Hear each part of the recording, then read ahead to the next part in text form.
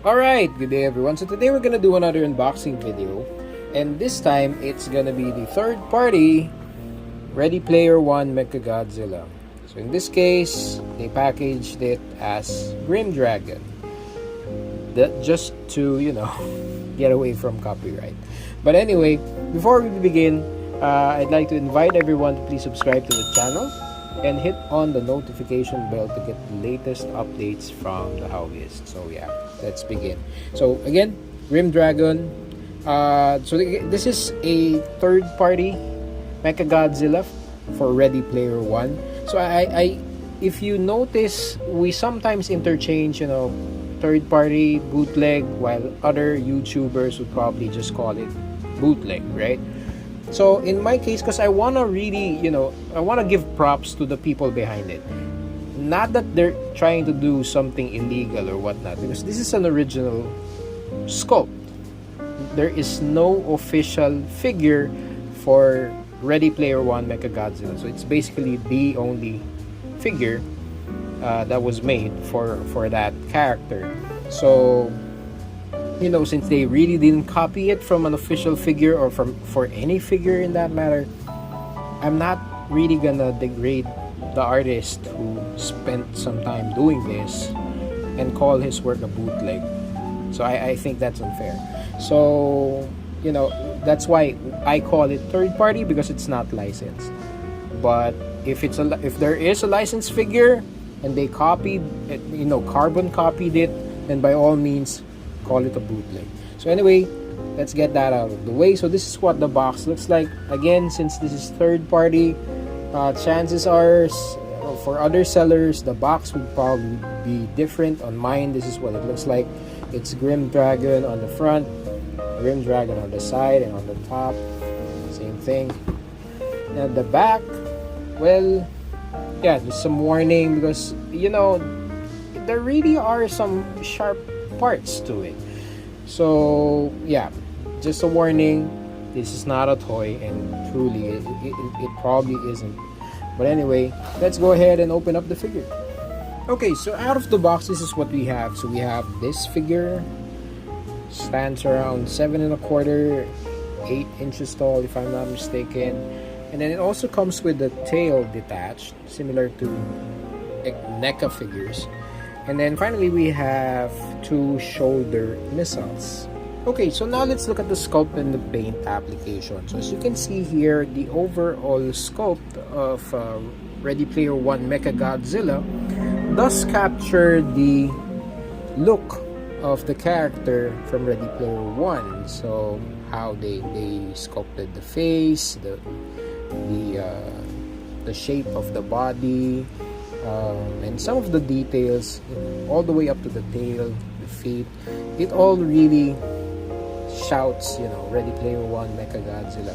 But just like what I've mentioned on my Mechagodzilla 2021 review, the SH Monster Arts Mechagodzilla 2021, one of the hardest details to nail is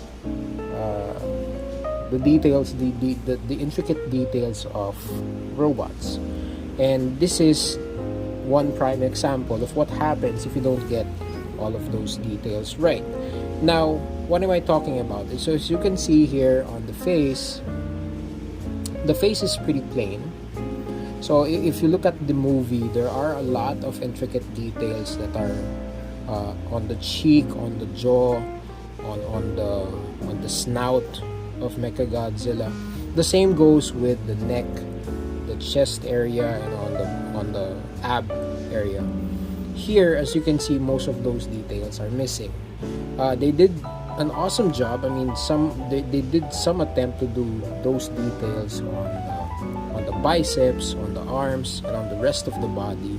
And probably this part is basically what they missed on doing. But overall, it's still a pretty nice sculpt, if you ask me. Now, moving on to the paint application. The paint application here is all over the place, so that I don't like the shade of silver that they used for the figure. If I might say so, I think that the one that they used on the movie is similar to the dry brushing that they used here, but that's missing on the rest of the body. Now I also see that a lot of the red paint or the lights that is supposedly on the figure is missing as compared to the movie, especially the details on the tail and on the back. And speaking of red paint, to those details that they actually painted, it's not consistent. So as you can see here, the light on the cheek, it's really just dabbed in there, and it wasn't really done nicely.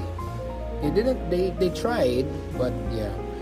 And especially the ones on the neck area, it's like Mechagodzilla's bloodied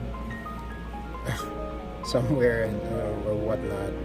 There is some attempt to do so, and I know that this is a mass-produced figure, so painting them is probably a chore, but yeah, it is what it is. In terms of paint application, it's not really that good. They did, however, had a pretty good attempt on the dry brushing, so I like what they did on the feet area, on the arms and whatnot. I feel like they kind of overdid it on the ab area. It's not even dry brushed. There's lots of scratches on the paint, which you could say that it's supposed to be weathering, but yeah, I feel like it's hastily done. But anyway, so that's it for the sculpt and the paint application. Now moving on with the articulation on this figure. Now in terms of articulation, the head moves all the way around. Do be careful on the spines. The spines are really sharp. So yeah, I really don't recommend giving this to a kid. Not at all. So it moves all the way around. And then the mouth opens and closes. And then there is a ball joint on the chest area, but because of the sculpt, it's almost non-existent. It's really hard to make the guy move on the chest. And there's also a ball joint on the shoulders, and it allows the arms to move all the way around. And then the shoulder missiles are actually detachable, so there's a peg that connects each missile on each side of the shoulders. There's also a guide so that you don't put the other one on the wrong side. So there's an R for the right side, L on the left side. And then there's also a bicep swivel. So there's a bicep swivel here. And then moving on to the rest of the arm, there's a hinge on the wrist and a ball joint on the end of that wrist. So a hinge and a ball joint combo. Something unusual, but yeah, it's there.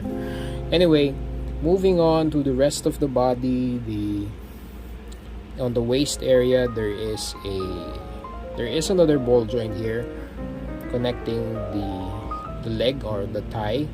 But yeah, because of the sculpt, again, it's flushed, so you really couldn't move it that much, but all the way around it does move.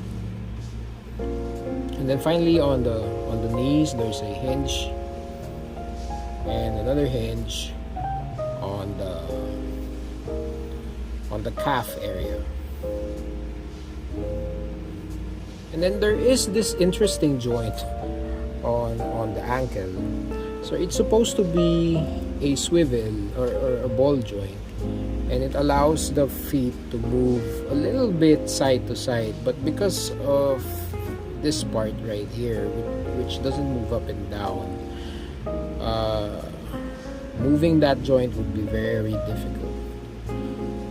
But yeah, it is there, and it's probably gonna be able to move at some point, but you risk damaging the details on the foot. And then of course the tail. So the tail is made up of two sections. So you have one section at the middle here, and then there's another section that connects to the body. So both of these are ball joints, but yeah, because of the way it's sculpted, you can't really move the tail that much. Probably a little bit side to side, up and down, but yeah. So only two sections. Again, the whole body is really tough as nails, to be honest, and a lot of it can really hurt your fingers, so do be careful moving them. So yeah, I guess that's it for the articulation on this figure.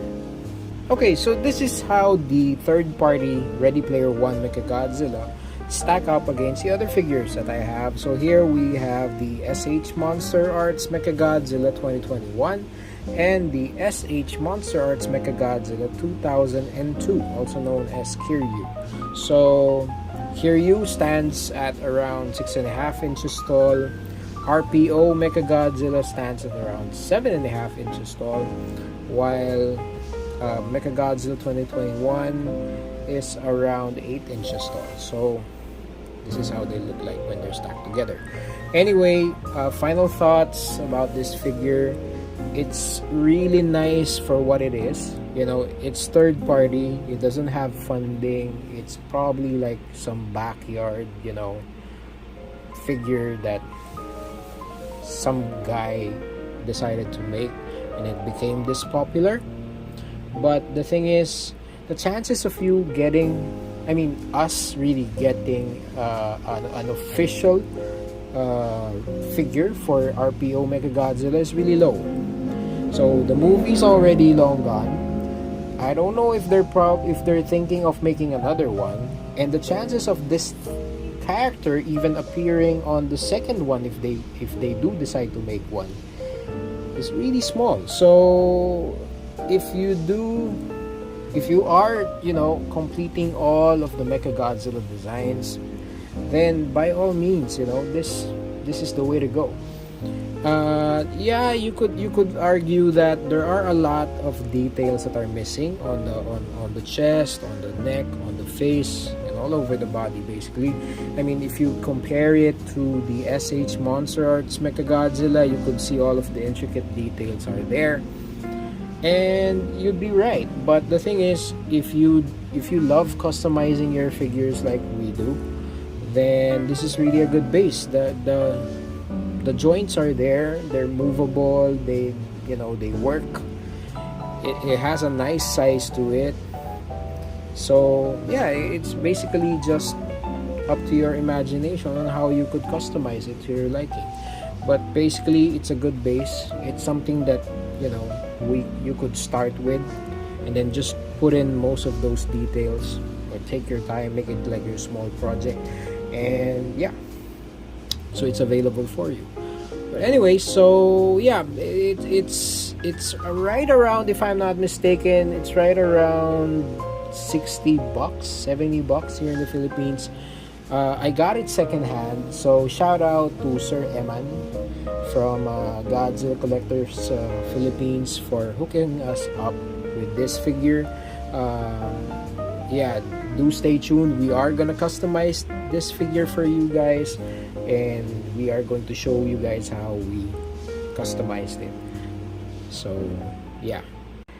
Okay, so at this point you should be seeing the shoutouts for today's video. So again, if you want to be included on the next roll call, all you need to do is drop us a comment down below, show us some love, and yeah. So I guess that's it for me, folks. Again, thank you for supporting the channel, thank you for watching this video, and I will see you guys soon. Peace.